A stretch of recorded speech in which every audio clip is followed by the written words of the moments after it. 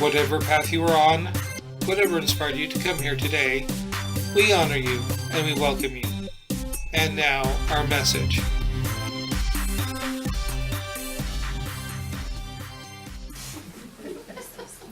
I'd like to begin just before the message for today with a short evocation, just kind of taking all that energy and all those feelings and all those ideas and all those thoughts and everything that has been running through our mind and just getting centered, getting relaxed, getting present, getting here, right now. Just relaxing into that moment, knowing that there is something wonderful in this universe and we can use it. It surrounds us every moment, every second, flows through us, creates through us. And we are part of it. We are co-creators in our own experience, in our own lives. I am, you are, we be. And in that place of knowingness, in that place of awareness, may we be open and receptive to lessons and messages. Why are we here? What are we doing? Answers are being revealed to us all the time. May we be open enough and wise enough to see them, to own them, to make them part of us, to grow, to seek and to find and to be love, to be lovable, to be loving. May we find our way, may we see our light, may we know we are one, we are whole, and we are complete, right here, right now, and always. And so it is. So it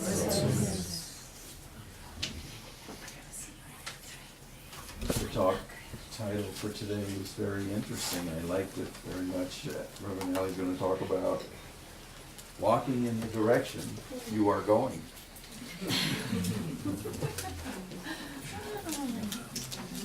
How do I? Good morning. Good morning. Good morning. Wow. I don't know that we can get any more seats in here. But if you're standing, thank you for standing. You're the standing presence.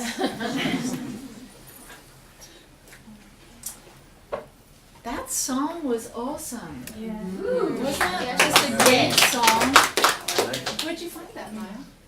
Kelly. Kelly. Yeah, we're gonna need to get some of those CDs, I think. Okay. What else did I want to say?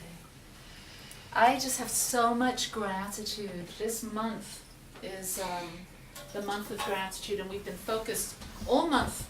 Really, the last 2 months, October and November, are sort of the Thanksgiving months, and this is the last Sunday of our series of talks of abundance and Thanksgiving, and we've got so much to be grateful for, don't we? There's so much to be grateful for. I was feeling such love and connection when all of those little ones came in and started singing. I was crying through that whole song because you have to know that my vision in birthing this center, well, it's already birthed, and now we're just growing it up together, right? Had been to have a youth program that really served our youth, that gave them a platform to express their creativity like no other venue really can, that introduced spiritual components and spiritual community and affirmations and spiritual principles that can that can actually support them through their whole life. And when they started talking about when they leave, oh my God, that's when I really started crying, when they're off in the ethers now, they've come to the end of their life. And I know that building a community like we are is a great place to nurture that growth and to allow kids to explore the ideas of being infinite and eternal, and the idea that we're never really born and we never really die, that we're just here for a period of time having this experience, but there's so much more to this, as there's so much more to each of us than just this body and this thinking mind. We're infinite beings of light and love. So that's what I got out of just hearing them sing. So I want to thank all of the people that are helping to promote the program, Eva and Shannon and all of you parents that have driven your kids to the practices and all of that. It's awesome. Thank you for your commitment. It really takes a village to create a community, and all of us have our little roles in what we're doing, and so I acknowledge each of you, whether you're here for the first time. Is anyone here for the first time? We have a gift for you. Okay, we've got a gift. We've got a couple of gifts for you. So whether you're here for the first time, or you come on Sundays, or you're involved in one of our groups, or you're a leader, or you're on one of our teams, it takes all of us to create what we're doing here, so thank you. Yeah, I particularly liked the title of my talk, which is Walk in the Direction That You're Headed. Walk in the direction that you're headed. And I was like, what? What's that mean? So I looked it up and I thought, what does that mean? And Dr. Seuss had a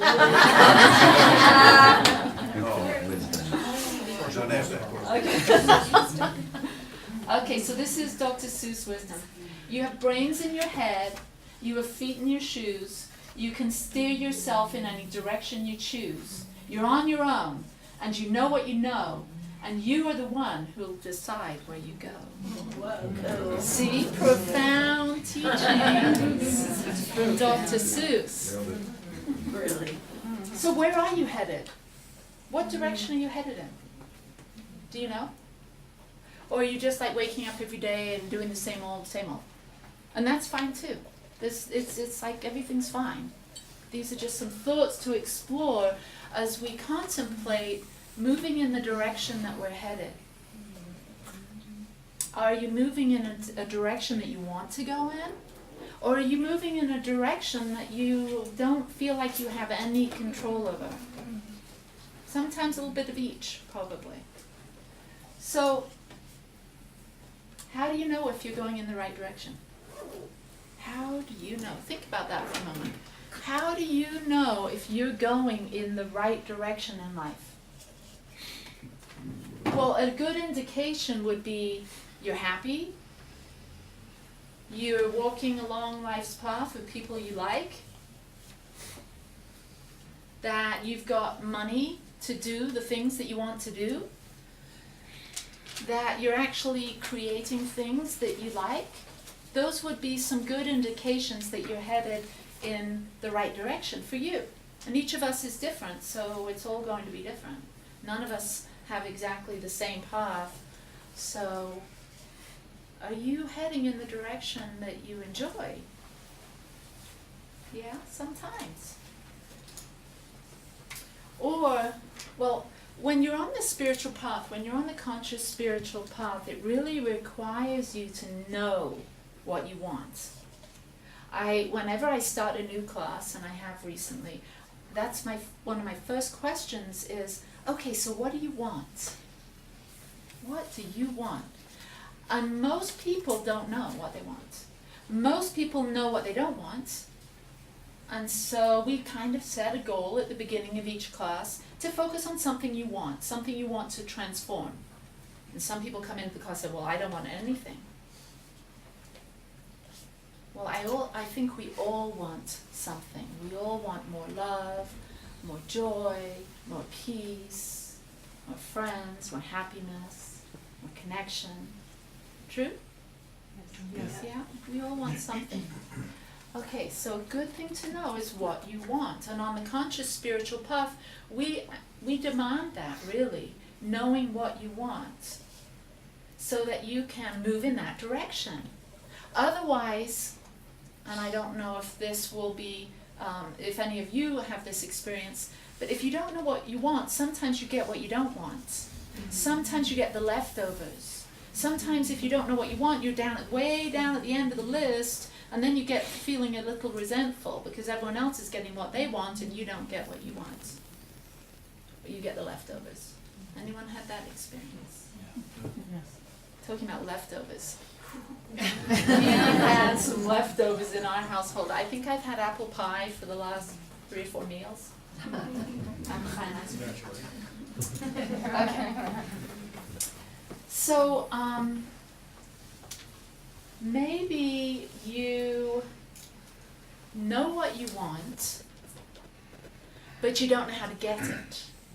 Maybe you know what you want, and you thought you knew how to get it. You've been saying your affirmations, you've been buying all the books from the Awakened Heart bookshop, you've been taking courses and studying. Maybe you've been trying to learn how to be more intentional with what you're manifesting. So what could some of the things be that keep you stuck from truly having the life that you want? And this is where my talk took me, and my research for this week's talk. It took me to this book, Gratitude and Trust, 6 Affirmations That Will Change Your Life, by Paul Williams and Tracy Jackson. I stumbled across them in an interview with Oprah, and Paul Williams, who's been sober now for 25 years and been in the 12-step programs, partnered with a lifelong friend of his to create this book for not necessarily people that have drug and alcohol issues, but that have any sort of life-limiting behaviors. And that's all of us. Does anyone in this room not have any life-limiting behaviors? Raise your hand. Okay, so that's why this book was written, because Tracy said to Paul, that program that you're in is so awesome. It really creates a program so you can have a successful life. What about the rest of us? We want that too. So this book was written with the idea that we all have an ism. Maybe it's gossip. Maybe it's watching too much television. Maybe it's gambling. Maybe it's you name it. We all do things that are behaviors or put ourselves in situations that keep us in uncomfortable ruts, that keep us out of alignment with what we truly want, what our heart longs for. So, moving in the direction you're headed requires, number one, for you to know who you are. A spiritual being having a human experience. A spiritual being having this body-mind experience, moving in a certain direction. So here we are having this experience. We're all in this together. We know who we are. So what is it that you want? You identify what you want. So if you're not getting those things, it could be due to some very, very simple things that they've outlined here as these 6 affirmations for personal freedom. So the first one is, and I actually got a message from the Buddha. He sent this message to me. I believe that we can communicate through time and space, and he sent this message to me that goes with this talk, and it says, if you do not change direction, you may end up where you're heading. And I thought that was like the perfect timing for him to give me that message. So if we don't change direction, so I'm going to give you some ideas of how you can stay on the path, stay on track with what you want, to move in the direction of where you're headed. So the first affirmation is, something needs to change, and it's probably me. Something needs to change, and it's probably me. So these 6 steps come out of the 12 steps of AA, but they predate that. They come from a group that was known as the Oxford Group. They're a Christian group that AA, Bill W. was a part of, that went on to become AA. So these 6 affirmations are based on the Oxford group. So something needs to change, and it's probably me. This is a very powerful spiritual teaching, that it's always you, it's always me. We somehow put our good, we blame our progression on our path on things outside of ourselves, such as, if only she or he would stop doing that thing, then I'd be happy. Then I'd be successful. If only I had the right job, that's the problem. If only I had more money, then I'd really have an opportunity to get spiritually enlightened, right? So we point out there and say, it's probably you. And this teaching says something needs to change, and it's probably me. What does that mean? My thinking needs to change. My focus of attention needs to change. I need to be focused in my own business, not your business, not God's business, not anyone else's business. My job is my life. I'm creating a masterpiece here, and I need to be in the captain's seat. And if something needs to change in this grand scheme, this picture called my life, this experience called my life, the path that I'm walking on, it's probably me. What can I do? What can I do today? So that's the first affirmation. Do you like that one? Yes. The second one is, I don't know how to do this, but something inside me does. Okay, so they designed these steps that they're progressive. You can't just go to step 6. You have to start at step 1. Okay, so the first one is you take responsibility for you, for your life, what you're thinking about, who you're hanging out with, what habits you do, all of that. So you take responsibility for your life, and then you graduate to this next step that there's, I don't know how to do everything, but there's something inside me that does. Don't you know that already? I love Russell Brand. He's like, everybody knows that. We all know that. We all know that there's a wiser part of us. There's a spiritual essence to each of us that knows, that's ultimately wise and can guide and direct us in the direction that we're headed. There's a part of us that is so peaceful, so loving, that nothing that anyone does would push them out of my heart or your heart, that is so loving that it includes everyone. There's a part of you that is so wise, that's so ready and supportive of you. So instead of looking outside of ourselves, instead of going outside of ourselves seeking approval or trying to get confirmation or affirmation, we have to learn to know and trust that there's something within us that can guide and direct us if we have the wherewithal, the patience, if we can discern, if we can listen and discern between the voice of the ego and the voice of the higher self.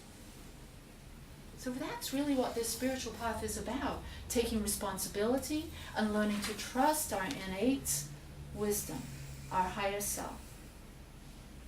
That's a good one too, huh? Mm-hmm.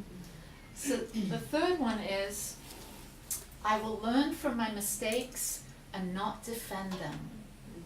I will learn from my mistakes and not defend them. So maybe you had some opportunities to experience that over the holidays.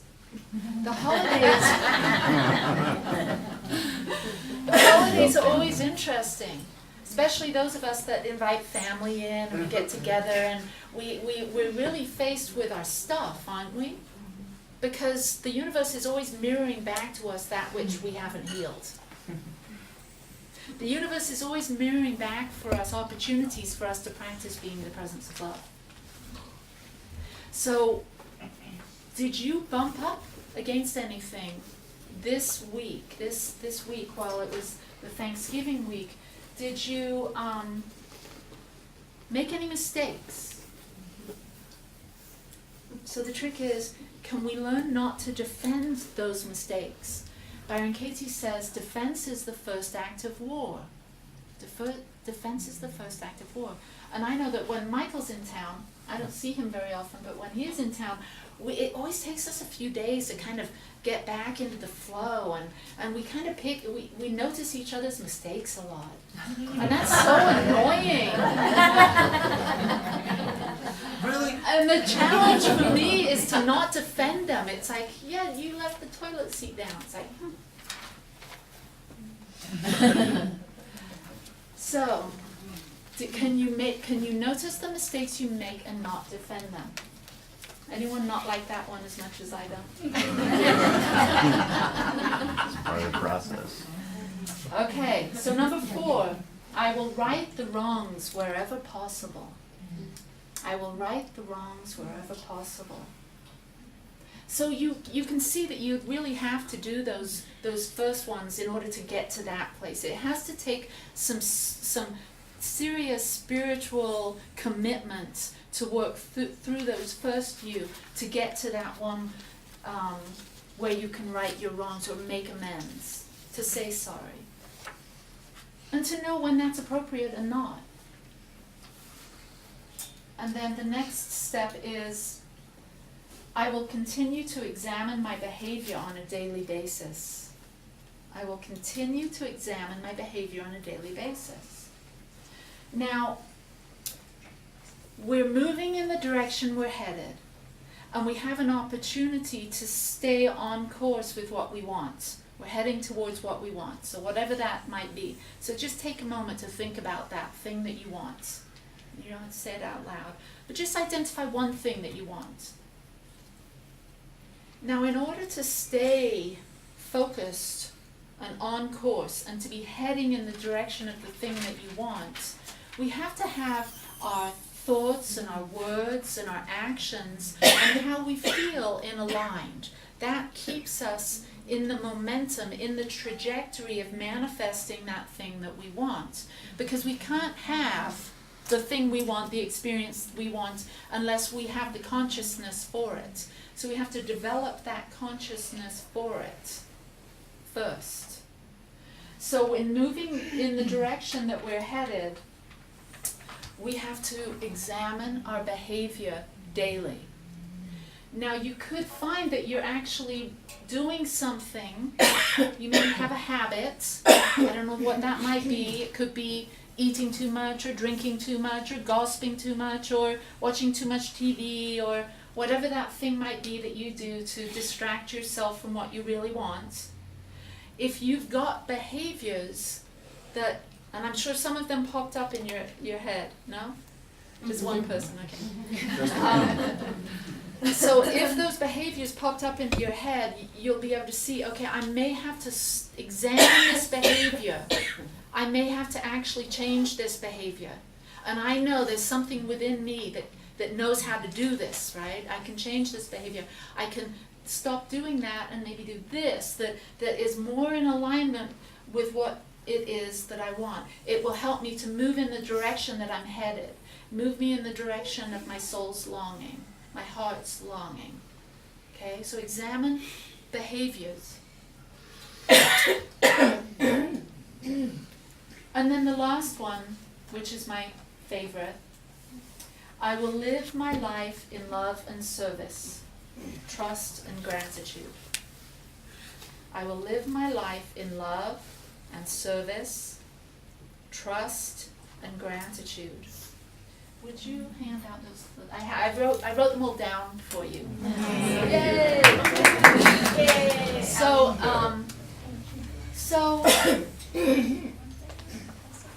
I think when you do the first 5, when you continuously on a daily basis practicing those first 5, you'll naturally become that number 6.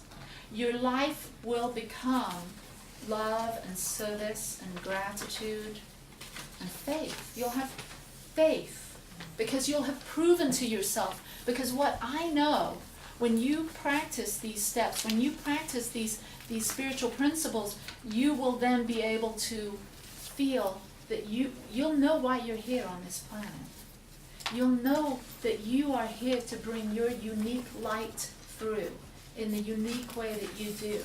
And when you do that, when your heart and your vocation, or your heart and your creation, your whatever it is that you do in the world, when those are aligned, you are naturally of service. Do you hear that?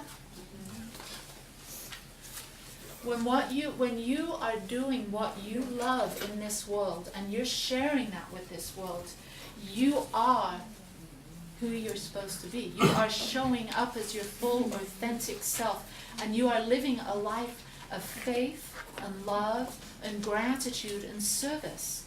People will know that about you without you ever saying a word about it. Do you know some people like that already? Do you know some people that are just the presence of love and gratitude and service, and that they have faith that life seems to just work out for them? They have complete trust. I mean, think about this universe. It's an amazing universe. We all walk around like we're scared to death and things are going to fall apart, but really nothing's fallen apart. Everything's worked out.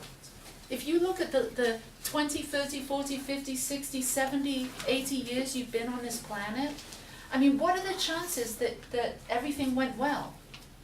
That's normal. 100%. Things going well are normal. Things going right your way is normal. That's normal. And we've been scared and conditioned to think everything's going to fall apart if we don't do this and we don't do that. No. Peace and harmony and flow is the normal, natural flow of the universe. And guess what? You're the universe. You are it. You are the way that the stars look back at themselves. You are a part of this amazing one thing that's happening right now. It is very natural for you to be happy and joyful and successful and abundant and prosperous and creative. That's who you are. So trust that you have the wisdom within you to absolutely manifest the life that you want. Trust that you have enough love to heal the entire planet if you let it out. Trust and know that this is a good life all the time. Namaste. So let's close with a prayer treatment.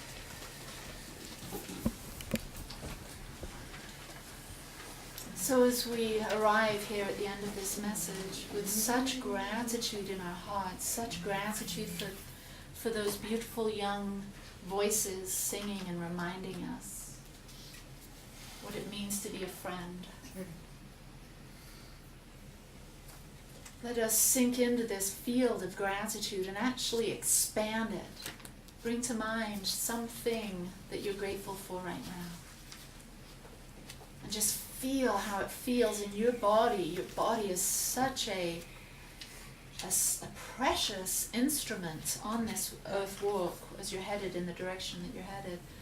Your body can help you navigate, communicate, and inform you. So just allow your body to feel what gratitude feels like right now. Feel it in your toes, feel it in your fingertips, feel it at the top of your head. Gratitude and love. So it's in this field of gratitude and love that I know that there's only one life, one presence, one power. And it's me, it's you, it's all of us. We are it. Radically unique, individualized manifestations of the one life, here for a brief time, 100 years or so. So what I know is that the laws always respond to my thoughts. The laws always say yes. So I direct my thought right now into the laws of the universe. I direct my thought that I am enough. I am a beautiful soul. And if my words align with your way of thinking, then they're yours. I am a beautiful divine being. I am worthy of this great life. I am willing to move and walk in the direction that I intend. I know what I want, and I am willing to take the steps every day that move me in the direction of my heart's longings. I know that there's an intelligence within me that supports me in this. I know that it's up to me to do it. And I know that I can. And I know that there's plenty of help in the universe for me. That I live in a helpful universe. So as I feel the full support of the universe, as I feel the full conspiracy of the universe to support my path, to support all sentient beings, to support life, it is the most natural, orderly thing there is. As I completely immerse myself in this awareness, I know that life is good, life is for me, that I have plenty to give, that I receive more than I need, and I share it abundantly. This is who I am. I am a child of the divine, here to play and give my gifts. Just feel into that. I am a child of the divine, here to give my gifts. And I do so with gratitude. I am so blessed. I am so grateful. Life is so good. And so it is. So it is.